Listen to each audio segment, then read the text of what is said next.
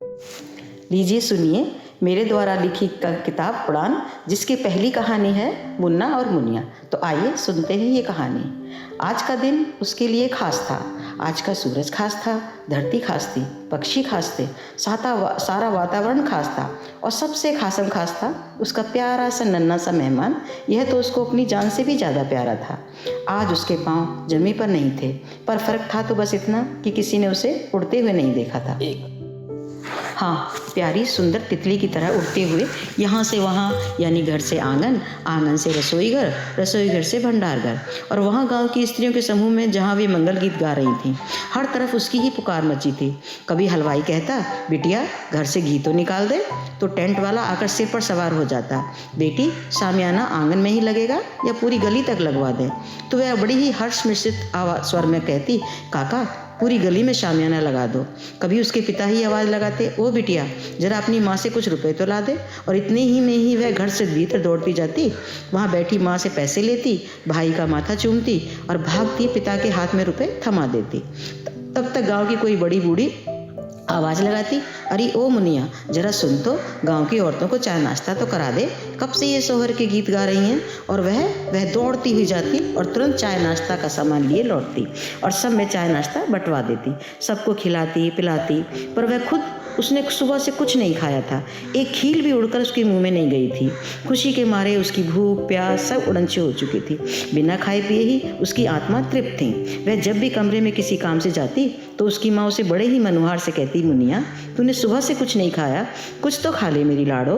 पर मुनिया कहती हुई, माँ सच कहती हूँ, आज मुझे बिल्कुल भी भूख प्यास नहीं है, खाना चाहूँगी तो नहीं खा पाऊँगी। और वह कुछ सामान उठाकर बाहर दौड़ जाती और माँ उसे ममता भरी आंखों से देखती रह जाती और प्यार की दो बूंदें आंसू बनकर उसके गालों पर लुढ़क जाती थी। उसे यकीन ही ना होता था कि यह वही मुनिया है जो कुछ महीने पहले उससे इतनी नफरत करती थी कि उसे माँ कहना तो दूर उसकी परछाई भी नहीं देखना चाहती थी। उससे कई कई दिनों तक बात भी ना करती थी। कमला जितना भी उस पर प्यार लुटाती, मुनिया उतना ही तीखा और व्यंग्य भरा जवाब उसे बदले में लौटाती थी। हालांकि अब वह बीता हुआ समय याद करना नहीं चाहती थी, लेकिन फिर भी वह बीती बातें उसे याद आती थी। वह अपने मुन्ने को गोद में लिए अतीत की गहराइयों में गहरे तक उतरती चली गई थी। उसे वह बातें याद आ रही थी जो रामचरण ने अपनी बेटी के बारे में उसे बताई थी। मुनिया जब केवल 10 साल की थी तब उसकी माँ का देहांत हुआ था। इससे पहले मुनिया अपने घर में परिवार में खुश थी। वह खूब लाड़ प्यार करने वाले माता पिता थे उसके, और इकलौते होने के कारण उसे कुछ ज़्यादा ही प्यार दुलार मिला था। रामचरण गांव के मझोले किसानों में से था। धनी जमींदार ना था तो धन अन्न की कोई कमी ना थी। जीवन की गाड़ी बड़ी ही सुचारू रूप से चल रही थी। रामचरण आगे की सोच कर धन धान संचय भी कर लिया करता था। उसकी पत्नी रामलली घर की देखभाल के साथ साथ गाय भैंसों को भी देखभाल करती थी। उसने लाड़ लाड़ में कभी मुनिया से काम न कराया था और मुनिया अपनी तरफ से खुद किसी काम को हाथ न लगाती थी। उसके माता पिता का मानना था कि इसे पढ़ा लिखा कर इतना काबिल बनाएंगे कि इसे काम करने की जरूरत ही न पड़ेगी। और मुनिया वह स्कूल जाती भी सिर्फ समय व्यतीत करने के लिए, वरना उसका ज़्यादा पढ़ने लिखने में मन न था। वह पूरा दिन पड़ोस की हम उम्र लड़कियों के साथ खेला करती थी। घर में वह खूब धमा चौकड़ी मचाए रहती। खाना बनने में जरा भी सी देर होने पर भी आसमान सिर पर उठा लेती। रामलली कभी कभी बीमार भी पड़ती तो घर व काम रसोई के सब उसी को संभालना होता था। मुनिया किसी भी काम को हाथ न लगाती थी। तो रामलली ही जैसे तैसे रसोई बनाती थी या रामचरण खेतों से आकर उसके कामों में उसका हाथ बटा देता था। मगर लाड़ में कभी मुनिया को किसी काम को ना कहते थे। सोचते अभी उसकी उम्र ही क्या है, अपनी उम्र तक आते आते वह अपना सब कुछ सीख जाएगी। और मुनिया अपनी ही नन्ही सी दुनिया में मस्त रहती थी। उस साल मुनिया ने छठी की परीक्षा पास की थी और अचानक एक दिन उसकी माँ बीमार पड़ गई। बीमार भी ऐसी सख्त कि खाट ही पकड़ ली थी। रात दिन उसके सिर में पीड़ा रहती थी। पहले तो रामचरण ने खास ध्यान न दिया, बस गांव के वैद्य जी से ही दवा दारू कराता रहा। मगर जब रामलली की सेहत दिन ब दिन गिरने लगी, उसका उठकर चलना फिरना भी दूभर हो गया, तो रामचरण को चिंता हुई। उसने शहर जाकर किसी अस्पताल में इलाज कराने का मन बना लिया और सारे पैसे का इंतजाम कर सुबह ही चलने की सोचकर रात को रामलली से बोला, मुनिया की माँ, इस वैद्य से तो तुझे कोई आराम नहीं हो रहा। तू तो रात दिन कमजोर होकर पीली पड़ गई है। मैं कल ही तुझे शहर के बड़े अस्पताल में ले जाऊंगा। तब रामलली ने बड़ी कठिनाई से आंखें खोलकर उसकी तरफ देखा तो रामचरण ने एक हाथ से उसका हाथ थामा और माथा सहलाते हुए बोला, तू चिंता मत कर, तू अस्पताल में जाकर बिल्कुल ठीक हो जाएगी। मगर रामलली क्षीण स्वर में बोली थी, मुनिया के बापू, अब मैं कहीं ना जाऊंगी। इस घर में ब्याह कर आई थी और इसी से मेरी अर्थी निकल गई। मैं किसी अस्पताल में मरना नहीं चाहती। तुम बस मुझे इतना वचन दो कि मेरे बाद मेरी मुनिया का ध्यान अच्छी तरह रखोगे, और हाँ, उसके लिए कभी सौतेली माँ न लाना। मेरी लाड़ो को जाने कैसे कैसे कष्ट देगी। तुम खुद ही उसकी देखभाल करना, और मैं जानती हूँ कि मरने के बाद वो खुद इतनी जिम्मेदार हो जाएगी कि तुम्हें किसी तरह की शिकायत का कोई मौका ना देगी। पर तुम मेरी बेटी के लिए कभी सौतेली माँ मत लाना। मुझे जल्दी वचन दो। रामलली की ऐसी बातें सुनकर अंदर तक दहल गया था, मगर प्रत्यक्ष में उसका हाथ सहलाते बोला, ए पगली, तू कैसी बातें करती है? तू जल्दी ही ठीक होकर फिर से अपनी घर गृहस्थी संभाल लेगी ना। मुनिया के बापू, मेरा बुलावा राम जी के घर से आ गया है।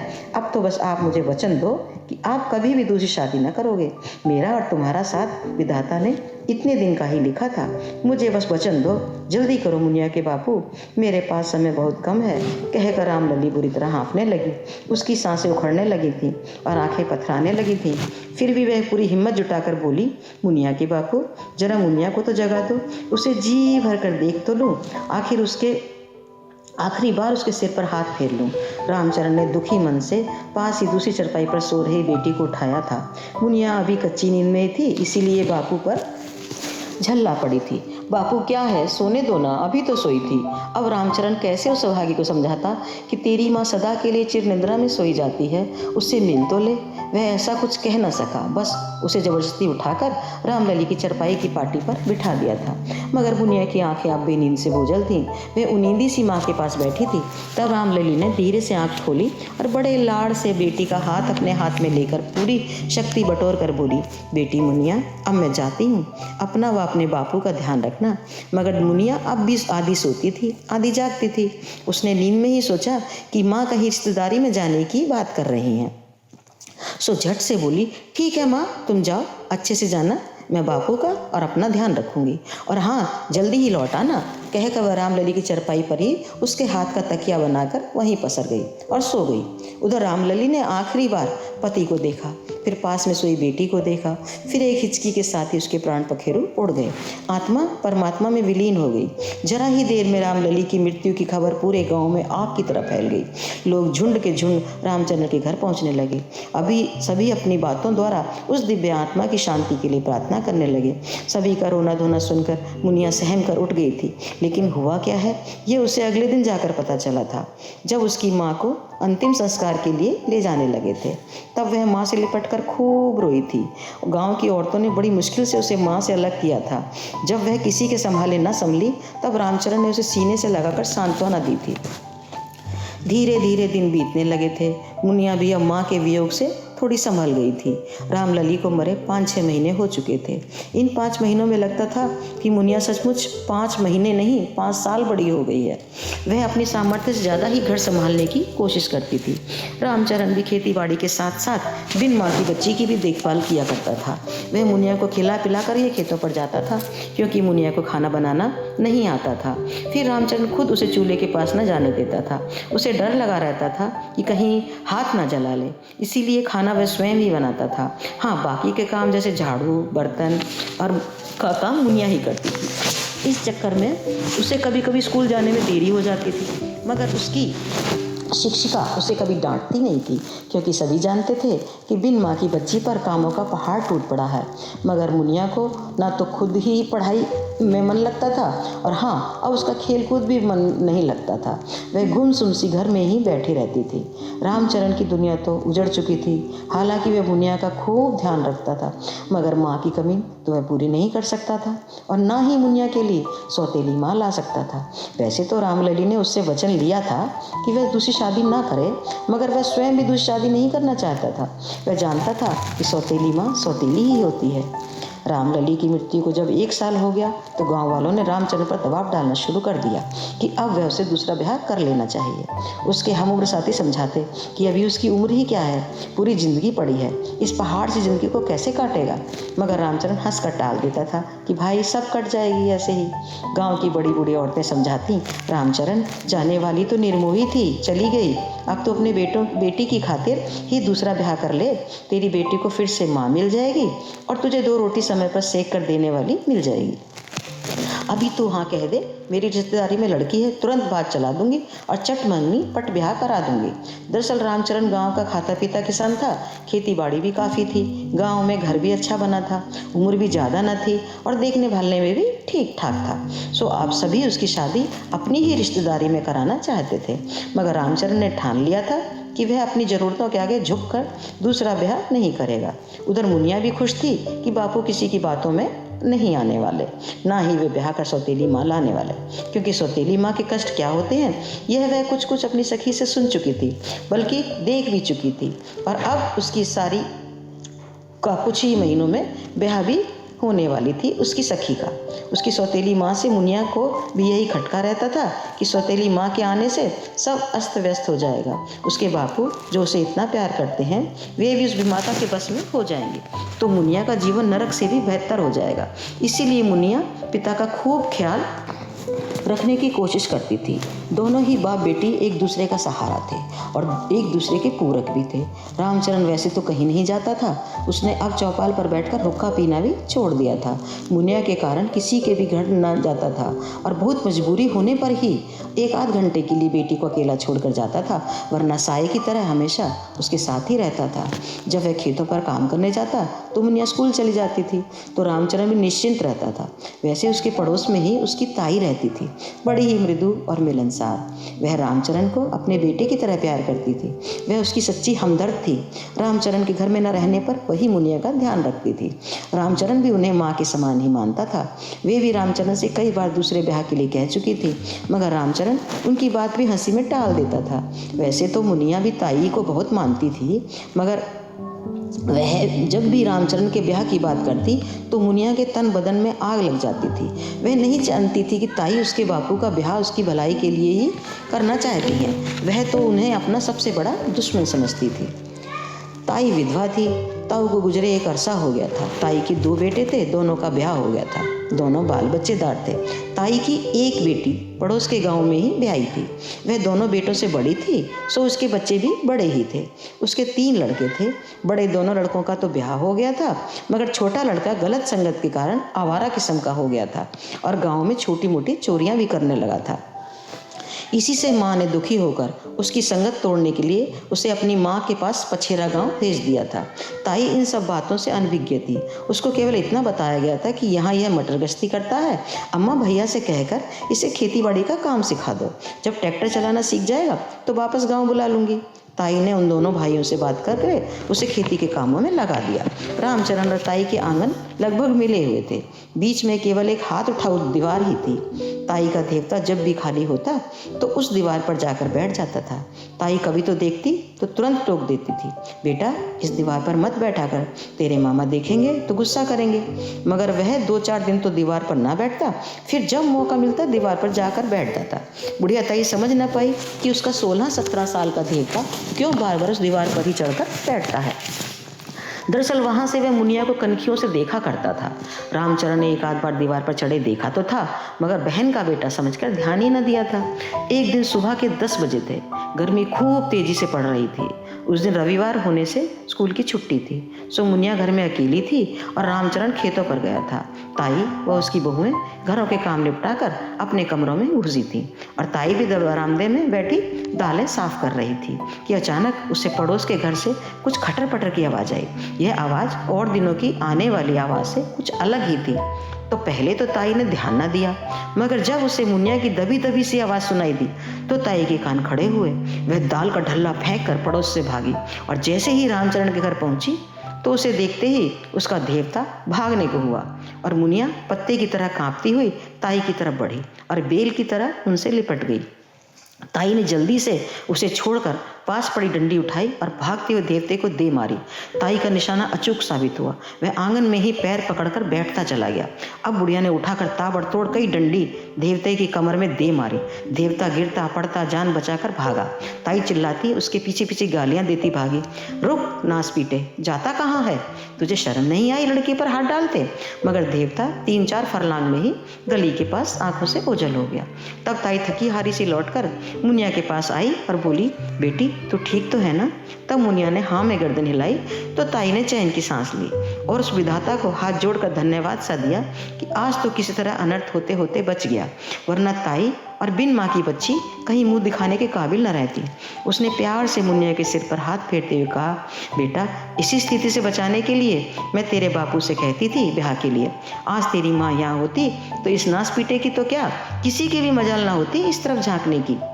बेटी तेरा बाप और मैं कब तक तुझे संभालेंगे? मैं आज ही तेरे बापू से उसके ब्याह की बात करती हूँ। कम से कम कोई औरत घर आएगी तो तेरी आबरू की रक्षा तो होगी। कहकर ताई पैर पटकती हुई वहाँ से चली गई। शाम को जब रामचरण खेतों से आया तो ताई ने उसे आज दोपहर की घटना कह सुनाई। यह सुनकर रामचरण के तन बदन में आग लग गई। गुस्से से उसकी मुट्ठियाँ भींच गईं। वह ताई की तरफ देखते हुए चिल्लाया, अब कहाँ है वह कमीना? तब ताई ने समझाया, देख रामचरण वह तो भाग गया, तू उसकी चिंता मत कर।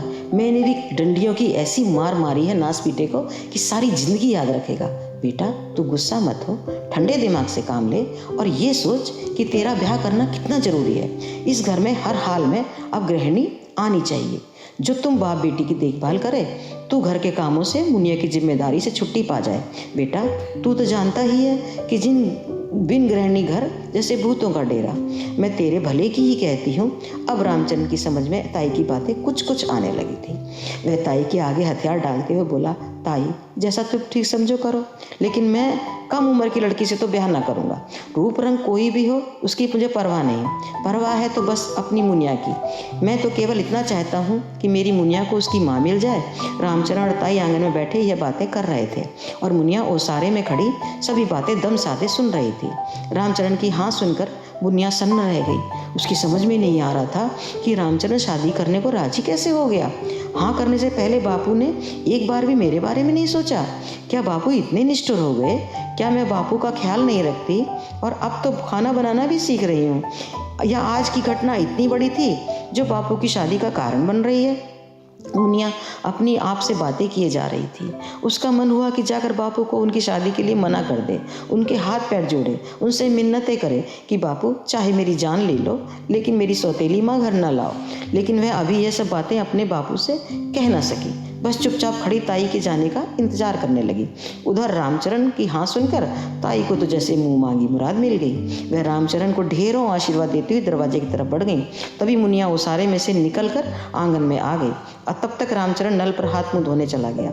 मुनिया उसके पीछे पीछे नल तक पहुंच गई और बोली, बापू लाओ मैं नल चला दूं, आप हाथ पैर धो लो। कहकर मुनिया नल चलाने लगी और रामचरण मल मल कर हाथ पैरों से लगी मिट्टी छुड़ाने लगा। मुनिया दौड़कर गमछा उठा लाई और बापू का पकड़ा दिया। रामचरण गमछा लेकर हाथ पैर पहुँच वह खाट पर बैठ गया और तब तक मुनिया एक तश्तरी में गुड़ चवैना लेकर आई और बोली, बापू तुम अब तब तक गुड़ चवैना खाओ, मैं नल से ताज़ा पानी भरकर लाऊं। और लोटे से पानी लेने चली गई और लोटा खाट के पास रख वहीं खड़ी हो गई। तो रामचरण बोला, मुनिया आज खाने के लिए कौन सी तरकारी बनाऊं री? तो मुनिया झट से बोली, बापू आज का खाना मैं पकाऊंगी, आप बोलो कौन सी सब्जी खाओगे, और हाँ रोटी मक्का की खाओगे या गेहूं की? रामचरण कुछ कहता इससे पहले ही मुनिया रसोई घर से लौकी उठा लाई और उसे छीलती हुई बोली, बापू आज मेरे हाथ की लौकी खाना, आपको खूब भाएगी। तब रामचरण उसके हाथ से लौकी लेते हुए बोला, ना मुनिया खाना तो मैं ही पकाऊंगा और लाई लौकी मुझे दे, मैं छीलता हूँ। तेरी उंगली कट जाएगी, फिर मेरी मुनिया खाना कैसे खाएगी? पर मुनिया ने रामचरण की एक नहीं सुनी। वह लौकी छीलते हुए बोली, ना बापू खाना तो मैं ही बनाऊंगी। तब रामचरण बोला, अरे मुनिया आज तुझे कुछ चाहिए क्या? नई फ्रॉक, नई गुड़िया या कुछ और? बता ना, जो भी तुझे चाहिए बता, मैं अभी बाजार से ला दूंगा। ना बापू मुझे कुछ ना चाहिए। कहते हुए मुनिया ने सिर झुका दिया और रामचरण उसके पास वहीं चरपाई पर बैठ गया और बड़े प्यार से उसका सिर उठाते हुए बोला, ए मुनिया ऐसे मुंह क्यों लटका लिया, देख मेरी तरफ। रामचरण ने देखा कि मुनिया की दोनों आंखें आंसुओं से भरी हैं। रामचरण ने तुरंत उसके आंसू पोंछे और बोला, बेटी मुनिया, क्या हुआ? तू रोती क्यों है री पगली? इतना सुनते ही मुनिया मोम की तरह पिघल गई और अपने बापू के गले से लिपट गई और रोती हुई बोली, बापू तुम शादी मत करो। बापू मैं हमेशा तुम्हारा ख्याल रखूंगी। बापू तुम अपनी शादी करके सौतेली माँ घर में न लाओ। अब रामचरण का भी गला भर आया और बोला, पगली मैंने अभी कौन सी शादी कर ही ली है, और अगर शादी करनी भी पड़ी तो पहले देख परख कर ही लाऊंगा, और जो आकर मेरी मुनिया को परेशान किया तो हाथ पकड़कर बाहर फेंक दूंगा। बेटा मैंने ब्याह के लिए हाँ की भी है तो तेरी भलाई के लिए ही। मैं तो केवल तेरा भला ही चाहता हूँ और तेरी सुरक्षा चाहता हूँ, और अभी कौन सी शादी कर ही रहा हूँ। अभी तो कोई औरत मिलने मिलाने में 2 साल 4 साल लग जाएंगे, मगर ताई तो जल्दी मचाए हैं। वे तो ताताल से भी खोज लाएंगी मेरी नई माँ। मुनिया रुआंसी होकर बोली, हाँ खोजली दुल्हने तो जैसे पेड़ पे लटकी हैं, इताई हाथ बढ़ाकर तोड़ लेगी। ऐसे मेरे लायक कोई मिलेगी नहीं और मैं ब्याह करूँगा नहीं। क्यों? कैसी रही?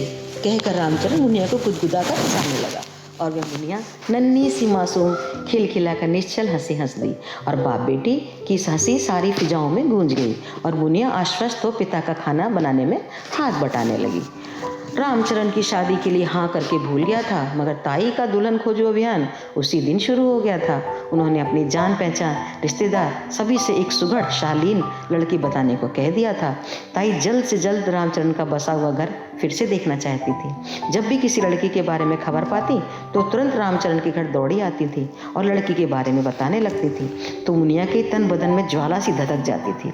उसका मन करता कि ताई का हाथ पकड़कर बाहर खदेड़ दे, उन्हें ऐसी चली कटी सुनाए कि ताई फिर किसी लड़की का रिश्ता लाना तो दूर उसका जिक्र भी ना करें, मगर वह संकोचवश कह ना पाती थी। बस राम से यही दुआ करती थी कि बापू के जोड़ की कोई लड़की मिले ही ना। और हम इन सब बातों से बेखबर ताई थी जो रिश्ते रामचरण के लिए लाती थी, और इस काम में वह जी जान से जुटी थी। और एक दिन ताई की भाग दौड़ रंग लाई थी। उस दिन ताई दौड़ी दौड़ी आई थी। शाम का समय था। रामचरण खेतों में से लौटकर पशुओं को सानी पानी दे रहा था। मुनिया खाना बनाने की तैयारी कर रही थी। ताई को आया देख मुनिया की आत्मा जल उठी थी। उसने मन ही मन ताई को बहुत गुस्सा आ रहा था ताई पर कि यह क्यों रोज रोज मुंह उठाए चली आती हैं रिश्ता लेकर। जब बापू मना कर रहे हैं तो मानती क्यों नहीं? मगर मुनिया कुछ कह ना सकी, बस मन महसूस कर रह गई और प्रत्यक्ष में बोली, आओ ताई बैठो। बापू ताई आई हैं। तब ताई चरपाई पर बैठते हुए बोली थी, रामचरण तेरे लिए ऐसा रिश्ता लाई हूँ कि अब तो तू मना कर ही ना पाएगा। ताई को आया देख रामचरण सानी से सने हाथ धोकर आया और ताई के साथ ही चरपाई पर बैठ गया और बोला, ताई अब बताओ क्या कह रही थी तुम? तब ताई बोली, रामचरण जैसी लड़की तू चाहता था वैसी ही लड़की मिल गई है तेरे लिए, बिल्कुल तेरे जोड़ की है। मेरे जोड़ की है ताई? तो अब तक ब्याह क्यों ना हुआ उसका, या विधवा है? कहकर रामचरण गमछे से हाथ पोंछने लगा। तब ताई जरा राजधराना अंदाज में बोली, देख लड़की तो पास के गांव की ही है, कमला नाम है उसका। बाप है नहीं, केवल माँ ही है, और बहन भाई भी नहीं है। बड़ी गरीब और अभागी है बेचारी। अभागी क्यों है ताई? रामचरण ताई की बात काटते हुए बोला था, बेटा दरअसल 5 साल पहले उसका ब्याह उसके बापू ने ठीक किया था, लेकिन जैसे ही रिश्ते की बात पक्की हुई लड़का बीमारी में चल बसा तो सब ने उसे मनहूस और अभागन का कलंक दे डाला। फिर 2 साल बाप के घर रही। तब माँ बाप ने हिम्मत करके एक जगह और रिश्ता ठीक किया। दुनिया भर के देवी देवताओं की मनौती मान ली थी। तब जाकर कहीं ब्याह का दिन आया तो कुछ डकैतों ने बारात पर हमला कर दिया और सामान लूटने के चक्कर में कई लोगों को गोलियों से भून दिया। उसमें उसका दूल्हा भी मारा गया। अब तो सबको उसके अभागन होने का पूरा भरोसा हो गया और इसी गम से उसका बाप भी मर गया। अब कमला घर में ही बैठी है। हालांकि डर तो पहले मुझे भी लगा था, फिर सोचा भगवान की बनाई मूर्त भी कहीं मनहूस होती हैं।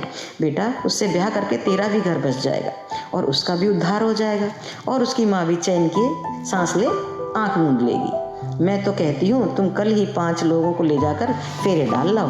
तब रामचंद्र बोला, ताई ऐसी लड़की रहेगी तो ठीक, खुद इतनी दुखिया है तो मेरी मुनिया को दुख तो ना देगी, फिर मेरे घर पड़ी रहेगी, 2 रोटी खाएगी और मेरी मुनिया की देखभाल करेगी। हाँ बेटा, अब देर ना कर, लड़की मैंने देख ली है, देखने में बड़ी ही संस्कारी मालूम होती है। तू अभी सबसे बात कर आ और मुझे बता दे, मैं कमला की माँ को तेरे आने की खबर भिजवा दूंगी। कहकर ताई उठी और दरवाजे की तरफ बढ़ गई और रामचरण भी उस दरवाजे से ताई के पीछे लपक लिया। कहकर ताई उठी और दरवाजे की तरफ बढ़ गई और रामचरण भी उसी दरवाजे से ताई के पीछे पीछे लपक लिया। मुनिया के तन बदन में अग्नि से सुलग उठी थी। उसे लगा कि अब ताई किसी हाल में भी न मानेंगी, अब तो बापू का ब्याह करा कर ही दम लेंगी। और बापू भी उनकी बातों में आ गए और चल दिए सबसे ब्याह की बात करने। मुझे बापू से तो ऐसी उम्मीद बिल्कुल भी न थी, लेकिन मुनिया मन ही मन कुछ सोच चुकी थी। उसने कमला के खिलाफ उसके आने से पहले ही मोर्चा खोल लिया था। वह मन ही मन सभी कुछ तय कर चुकी थी कि कैसे कमला को यहाँ से खदेड़ना है। वह कमला को इतना परेशान कर देगी कि जहाँ से आ रही है वहीं वापस जाने में देर न लगेगी। यह सब सोचकर मुनिया निश्चिंत ही खाना बनाने लगी। तभी उसकी प्रिय सखी सल्ली वहाँ आ गई। उसकी आंखों के पपोटे सूजे हुए थे, शायद देर तक रोती रही थी। वह आते ही मुनिया से लिपट गई और रोने लगी। मुनिया भी उसको इस तरह अचानक आया देख पहले घबरा गई और बोली, ए सिल्ली, क्या हुआ, क्यों रोती है रे, कुछ बता तो सही। मगर सिल्ली कुछ देर यूं ही रोती रही, फिर अपने आंसू पोंछते हुए बोली, मुनिया अब मैं स्कूल ना जा पाऊंगी, माँ ने मेरा स्कूल छुड़ा दिया है।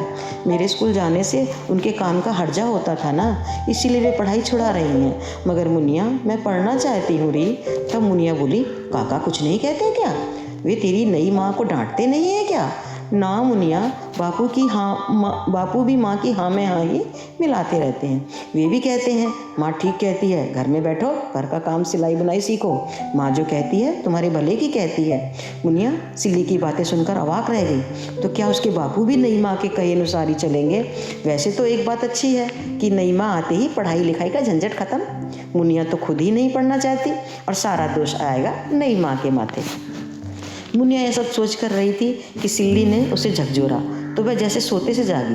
तब सिल्ली बोली, मुनिया सुना है रामचरण काका भी ब्याह कर रहे हैं, तेरी नई भी माँ भी तेरा जीना मुहाल कर देंगी। तब मुनिया आंखों में चमक लाते हुए तपाक से बोली, सिल्ली मेरी सखी, ये तो वक्त ही बताएगा कि कौन किसका जीना दूभर करेगा।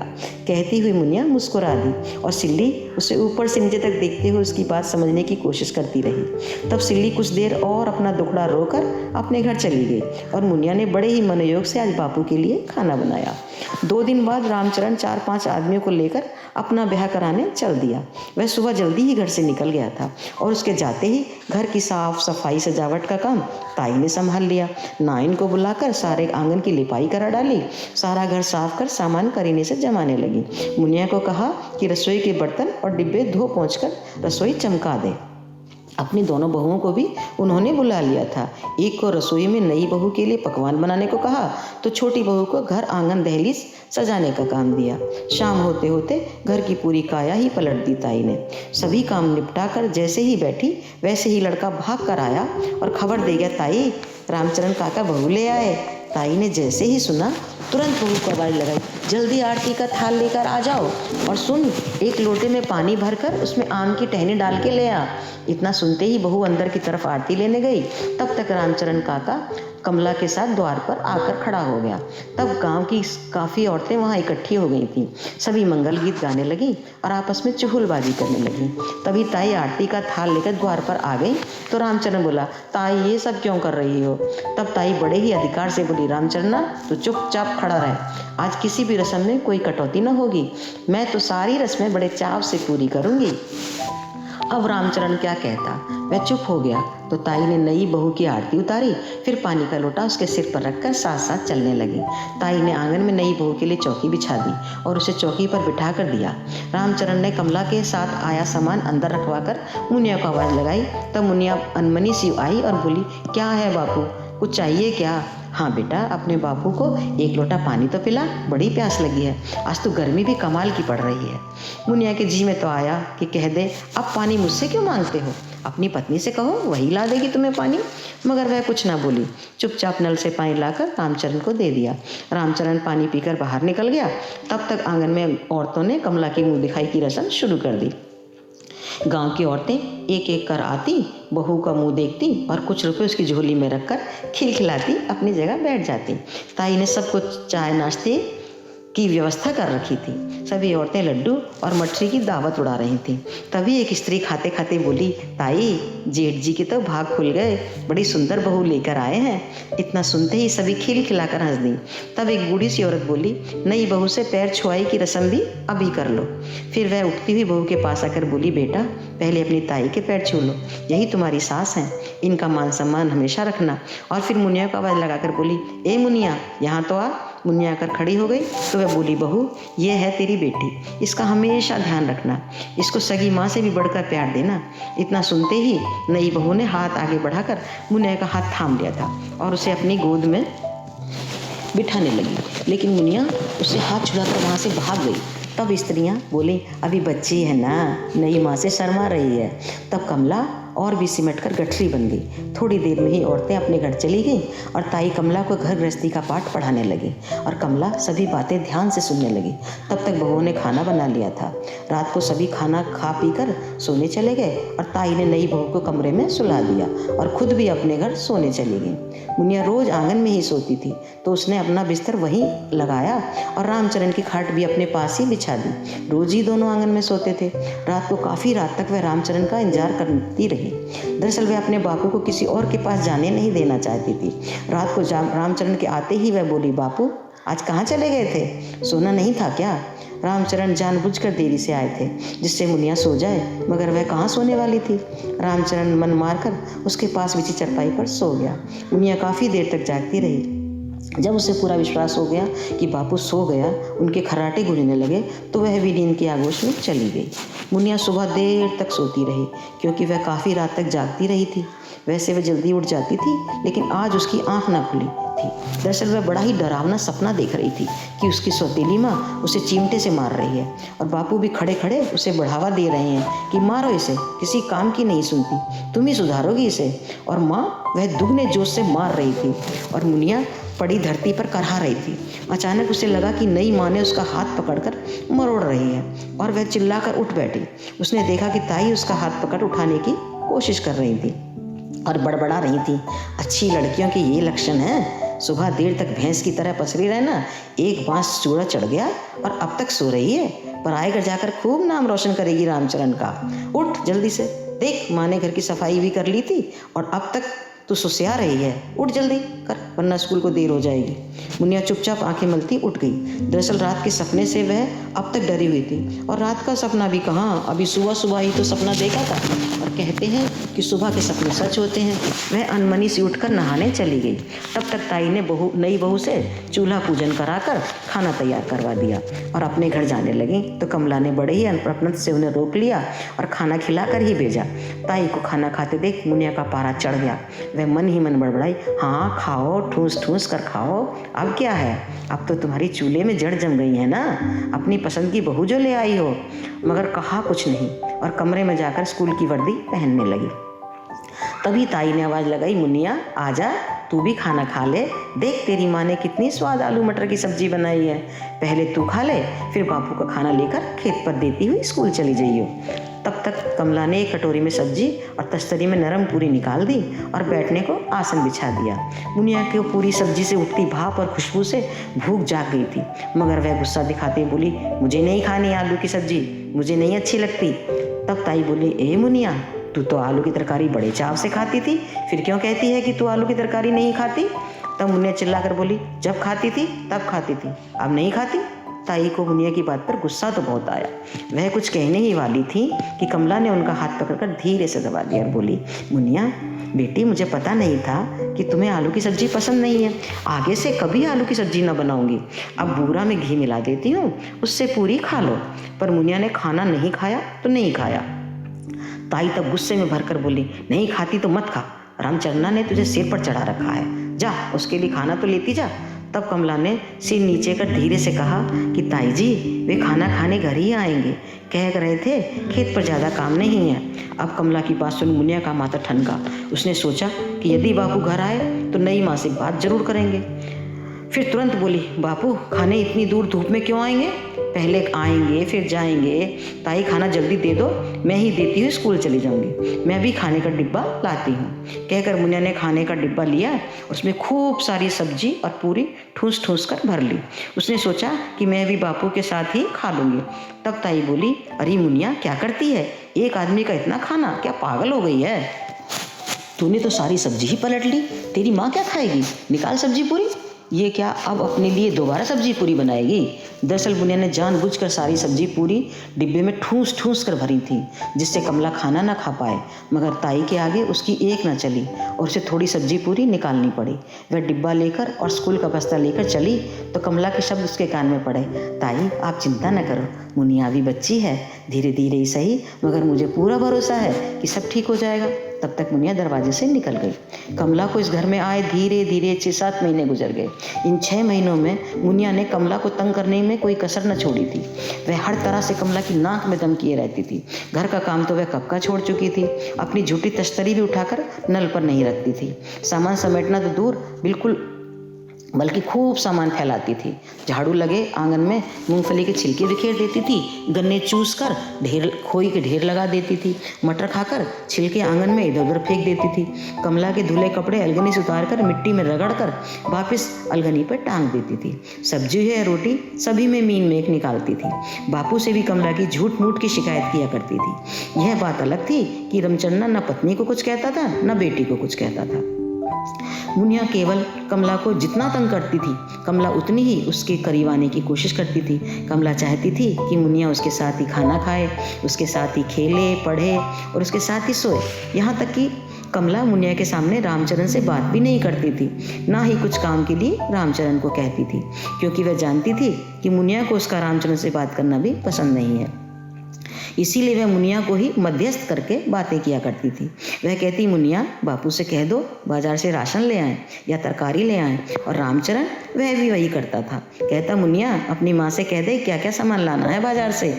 कमला मुनिया को पूरी तरह अपना चुकी थी, मगर कमला के सारे प्रयत्न विफल होते नजर आ रहे थे।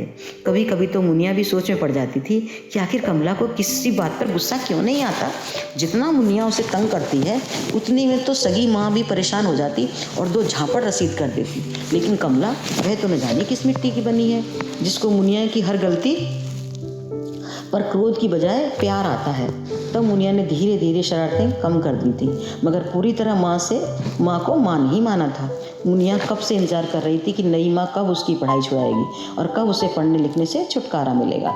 लेकिन कमला उसकी पढ़ाई छुड़ाना तो दूर, उसे पढ़ाई का महत्व समझाती रहती थी।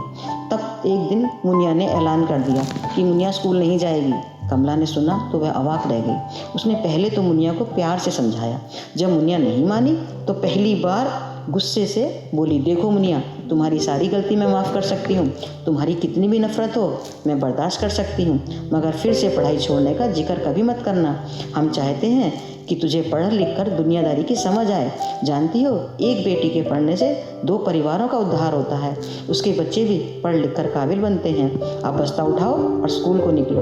वे माँ बेटी बात कर ही रही थी कि सिल्ली आ गई। उसके हाथों में गेहूं का ढल्ला था। बोली, चाची हमारी चक्की खराब है, माँ ने यहाँ गेहूं पीसने को भेजा है, आपकी चक्की ठीक हो तो गेहूं पीस लूँ।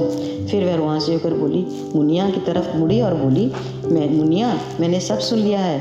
अरे तू तो किस्मत वाली है कि चाची तुझे स्कूल भेज रही है। मुझे देख, मेरी माँ ने घर का काम कराने के लिए मेरी पढ़ाई छुड़ा दी। तब कमला बोली, बेटी समझा इसको, अल्लाह तू कहाँ चक्की चलाएगी, तेरे गेहूँ मैं ही पीसे देती हूँ। वैसे भी मेरा काम तो लगभग ख़त्म हो गया है, और मुनिया तू साथ साथ स्कूल की तैयारी भी शुरू कर दे। मुनिया को लगा कि जितना अंतर सिल्ली की सौतेली माँ में है और मेरी माँ में, एक दूसरी इसकी माँ है जो अपने आराम के लिए सिल्ली की पढ़ाई छुड़ा दी, एक ये माँ है जो ज़बरदस्ती मुझे स्कूल पढ़ने भेज रही हैं, कभी किसी काम को नहीं कहती। यह सोचते उसे बड़ी आत्मग्लानि हुई और वह बस्ता उठाकर चुपचाप स्कूल चल दी। अब उसने सोच लिया था कि पढ़ाई से जी न चुराएगी, अपनी पढ़ाई पर ध्यान देगी। धीरे धीरे कमला का ब्याह कर आए साल भर बीत गया। सारी गांव की औरतें उससे कोई न कोई सिलाई, कढ़ाई या बुनाई का नमूना लेने या सीखने आती रहती थी। दरअसल कमला सिलाई में बहुत बढ़िया सिलाई करती थी।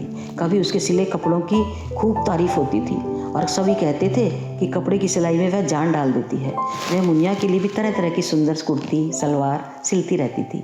अब मुनिया भी धीरे धीरे उसके करीब आने लगी थी। ज़्यादा बात तो न करती थी, फिर भी उसे अपनी माँ की हल्की सी छवि उसमें दिखाई देने लगी थी। बापू से भी उसने माँ की झूठ मूठ की शिकायत करनी छोड़ दी थी। उसके बापू उससे जब कहते कि माँ से पूछकर बता क्या सामान आएगा, या कमला ही किसी काम को कहती कि मुनिया बापू से पूछ तो खाने में क्या बनाऊं, तब वह कहती थी कि खुद ही पूछ लो एक दूसरे से। अब रामचरण के से कमला बात करने में मुनिया को क्रोध नहीं आता था। इस सब से रामचरण भी खुश था और कमला भी खुश थी, और मुनिया को भी लगने लगा था कि नई माँ और माँ जैसी नहीं है। अब मुनिया को कमला से लगाव हो गया था। वह उसे स्कूल की सखियों की सभी बातें बताया करती थी, और अब तो उसका मन पढ़ने में भी लगने लगा था। सावन का महीना शुरू हो गया था। गांव में खूब चहल पहल थी। गांव की जवान औरतें अपने घर का काम धाम निपटाकर चौपाल पर चली जाती थी।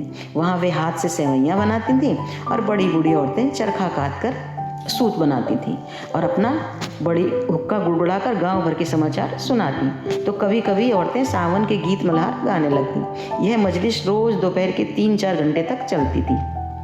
वहीं नीम के पेड़ पर झूला डाला जाता था। गांव की लड़कियां वहां झूला झूलती और खूब हंसी ठिठोली करती थी। ऐसे में मुनिया भी कभी कभी कमला के साथ चौपाल पर चली जाती थी।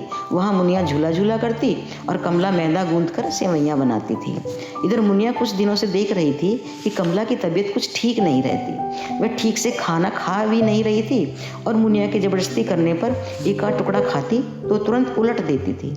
मुनिया बीमारी से एक माँ खो चुकी थी, दूसरी माँ खोना नहीं चाहती थी। वह समझ नहीं पा रही थी कि कमला को बीमारी क्या है। वह रामचरण से भी इस बारे में बात करती तो वह हंसकर टाल देता था। कहता, मुनिया तेरी माँ को कुछ नहीं हुआ है, सब ठीक हो जाएगा धीरे धीरे। एक दिन कमला अचानक चक्कर खाकर आंगन में गिर पड़ी। रामचरण खेतों पर गया था और मुनिया स्कूल जाने की तैयारी कर रही थी। माँ को गिरता देख मुनिया के तो हाथ पांव फूल गए। उसे कुछ ना सूझा कि क्या करे, तो वह दौड़कर ताई को बुला लाई। ताई ने उसे पानी के छींटे देकर कमला को होश लाया। फिर चरपाई पर लिटाकर उससे कुछ पूछने लगी जो मुनिया को समझ नहीं आया। अचानक ताई मुस्कुराती हुई बाहर आई और बोली, ए मुनिया खुश हो जा, तेरे साथ खेलने के लिए तेरी बहन या भाई आने वाला है। अब वह अपनी माँ का ख्याल रखा कर, देख कैसे पीली पड़ गई है, ठीक से खाती भी है कि नहीं। ना ताई, माँ कुछ नहीं खाती, और जोर देकर खिलाओ तो पलट देती हैं। तब ताई बोली, बेटी ऐसे में अपना बनाया खाना अच्छा नहीं लगता, कोई और उसी खाने को बनावे तो वह झट से खा लेगी। अब कभी कभी खाना तू भी बना लिया कर। तब मुनिया बोली, ताई अब मैं रोज़ खाना बनाकर माँ को खिलाऊंगी। तब तक कमला भी बाहर आ गई। तो ताई बोली, बहू तू आराम कर, देख कैसी पीली पड़ रही है, ऐसे में स्वस्थ बच्चा कैसे जनेगी, बोल। अब कमला बोली, ना ताई जी अब मैं ठीक हूँ। मुनिया तू स्कूल जा, मेरी वजह से तुझे स्कूल को देर हो जाएगी बेटी। तब मुनिया बोली, माँ आज मैं स्कूल ना जाऊँगी, आपका काम में हाथ बटाऊंगी। ना बेटी तू स्कूल जा, अच्छा आकर घर का काम कर लेना, अभी जा। और सुन, बापू को खाने का डिब्बा भी ले जाना, भर कर रख दिया है। ताई आप बैठो, मैं आपके लिए छाछ लेकर आती हूँ, अभी अभी बिलोई थी, जा ले आ। ताई बोली और चरपाई पर बैठ गई। और मुनिया बोली, माँ तुम कोई काम मत करना, मैं आकर सारा काम निपटा दूंगी, आप बस आराम से लेटी रहना। कहकर मुनिया बाहर चली गई और कमला और ताई इधर उधर की बातें करने लगी। अब खाना बनाने का काम मुनिया ने संभाल लिया था। वे बड़े ही प्यार से कमला के लिए खाना बनाती और बड़े ही मनोहार से उसे खिलाती। कमला जो भी खाने को कहती मुनिया झटपट बना देती या रामचरण बाजार से ला देता था। धीरे धीरे कमला की तबीयत संभलने लगी, उसके चेहरे की रंगत भी लौटने लगी। कमला का गर्भ अब 3 महीने का हो गया था। सारा परिवार खुश था। शाम का समय था, आज पूरा दिन गर्मी पड़ी थी, सो शाम को भी गर्मी थी। मुनिया छत से सूखे कपड़े उतारने गई थी। कमला आंगन में टहल रही थी। उसका भी गर्मी से बुरा हाल था। सुबह से कई गिलास नींबू पानी का शरबत पी चुकी थी, फिर भी यह राहत न मिलती थी। जब गर्मी से उसकी बेचैनी बढ़ने लगी तो उसने हार कर मुनिया को आवाज़ दी, मुनिया बेटी जरा 1 गिलास नींबू का पानी का शरबत बना दे। मुनिया अभी अलगनी से आधे कपड़े ही उतार पाई थी, तब वही चिल्लाकर बोली, अभी आई माँ, छत से कपड़े उतार रही हूँ। मुनिया ने सारे कपड़े समेटे और सीढ़ी तक पहुँची ही थी कि तभी उसे ताई की छत से कुछ आवाज़ें सुनाई दी। ताई की दोनों बहुएं अपनी छत पर बैठी बातें कर रही थी। पहले तो मुनिया ने उनकी बातों पर ध्यान न दिया, मगर जब उसने अपना नाम सुना तो ठिठक गई उसके पाँव जहाँ के तहाँ ही गड़ गए। छोटी बहू राज दराना अंदाज में बड़ी बहू से बोली, ए जीजी, अपनी मुनिया के तो भाग ही खराब हैं। पहले तो माँ मर गई, फिर नई माँ आ गई, अब नई माँ बालक जनने जा रही है। अभी तो थोड़ा बहुत प्यार का दिखावा करती भी है, अपने संतान होते ही मुनिया को दूध की मक्खी की तरह निकाल कर बाहर करेगी। हाँ छोटी, कहती तो तू ठीक है, अपनी औलाद का मुंह देखते ही मुनिया पर ऐसे ऐसे अत्याचार करेगी कि पूछ मत। अरे मेरे मैके की घटना मेरी आंखों देखी है। सौतेली माँ ने अपने बच्चे के प्यार के आगे बड़े बेटे की हत्या करा दी थी। खूब थाने दरबार हुए, मगर उसका क्या बिगड़ा, लड़का तो अपनी जान से गया। हाँ जी, आज बेचारी मुनिया नादानी में उसको अच्छे अच्छे पकवान बनाकर खिला रही है, कल को यही दाने दाने को तरसेगी। और कमला महारानी के बच्चे दूध मलाई उड़ाएंगे। और रामचरण भाई साहब की भी देख लेना, उन्हीं बच्चों को ज़्यादा प्यार करेंगे। नई बहू और बच्चों के अलावा उन्हें कुछ ना सूझेगा। भगवान ने इस मुनिया का नसीब जाने किस कलम से लिखा है। क्या करेगी बेचारी, कि भाग में दुख लिखा है तो दुख ही उठाएगी। इतना सुनते ही मुनिया के दिल में हूक सी उठी। तभी कमला ने नीचे से आवाज़ लगाई, मुनिया बेटी जरा जल्दी आ जा, फिर खाना भी बनाना है। तभी रामचरण भी चिल्लाया, ए मुनिया, सुनती क्यों नहीं? तेरी माँ कब से आवाज़ लगा रही है, आज छत पर ही बैठी रहेगी क्या? 4 कपड़े उतारने में 4 घंटे लगाती है ये लड़की। मुनिया को लगा चाची ठीक कह रही है, बापू के तेवर तो अभी से बदल रहे हैं। मुनिया का मन कमला के प्रति एक बार फिर खट्टा हो गया था। अब वह फिर कमला को पलट कर जवाब देने लगी थी। घर के काम से उसने फिर कन्नी काटी थी। वह जान गई थी कि अपने बच्चे के आते ही नई माँ उसे फिर पहले जैसा प्यार न करेगी, बस पूरा दिन घर के कामों में ही उसे पीसती रहेगी। अब उसे कमला की सही बात भी गलत लगती थी। रामचंद्र यदि उसे कुछ समझाता तो वह उसे भी जवाब देने लगी थी। कमला को पहला बच्चा था, वह तो पहले ही इन छोटी मोटी बीमारियों से बेचैन रहती थी, ऊपर से घर का सारा काम, फिर मुनिया को कमला के प्रति उपेक्षा कमला को परेशान किए हुए थी। कमला समझ नहीं पा रही थी कि मुनिया को अचानक हो क्या गया, क्यों ये ऐसा बर्ताव कर रही है। सो एक दिन वह बड़े अपनत से मुनिया का हाथ पकड़कर बैठ गई और बोली, बेटी आजकल तू ऐसा बर्ताव क्यों कर रही है, आखिर बात क्या है, अपनी माँ को नहीं बताएगी? तब मुनिया थोड़ी देर तो चुप रही, फिर कमला के बार बार जोर देने पर बोल ही पड़ी, तुम मेरी माँ नहीं हो, अपने बच्चे के आते ही तुम उसकी चिंता करोगी, मेरी नहीं करोगी। अरे ये तूने कैसे सोच लिया कि मैं ऐसा करूँगी? कमला आश्चर्य से बोली, पगली तू तो मेरी बेटी है और रहेगी। इतने में मुनिया कमला की बात काटती बोली, रहने दो ये चोचले, मैं सब समझती हूँ। अपना बच्चा देखते ही सारी ममता उसी पे लुटाओगी और मुझे किसी की परवाह भी नहीं है। मैं तो अकेली थी, अकेली रहूँगी, मेरे नसीब में माँ का सुख है ही नहीं। तुम तो बस अपने ही बच्चे की सोचो, मैं चाहूँ हंसूँ, चाहे रोऊँ, मरूँ या जीऊँ। आते ही बापू पर कब्जा कर लिया, वह भी तुम्हारी हाँ में हाँ मिलाते हैं, फिर बापू भी तुम्हारे लाडले बच्चे को ही प्यार करेंगे। मेरा क्या है, तुम खुश रहना अपने बच्चे के साथ। कहकर मुनिया दंदनाती हुई बाहर चली गई और कमला हाथ से उसे देखती रही। अचानक उसके मन ही मन उसने एक निर्णय लिया और उसी पर चलने का प्रण कर वह आराम करने चली गई। खुद कमला जल्दी सुबह उठ गई। उसने धीरे धीरे घर का सारा काम निपटाया, गायों को सानी पानी देकर खाना बनाया। उसे घर के काम निपटाते निपटाते सुबह के 10 बज गए। तब तक मुनिया ने बिस्तर नहीं छोड़ा। वह जागी तो थी पर जानबूझकर आंखें बंद कर लेटी थी। आज कमला रो रही थी। वह बार बार आंसू पोंछती थी मगर फिर तुरंत आंखें भर आती थीं। मुनिया पर उसके आंसुओं का कोई असर नहीं हो रहा था। वह पहले की तरह निश्चेष्ट खाट पर लेटी थी। तभी उसे कमला ने आवाज़ लगाई थी, मुनिया मैं किसी काम से बाहर जा रही हूँ, खाना बना दिया है बेटा, खा लेना और अपना ध्यान रखना। कहकर वह तेज कदमों से आंसू पोंछती बाहर चली गई।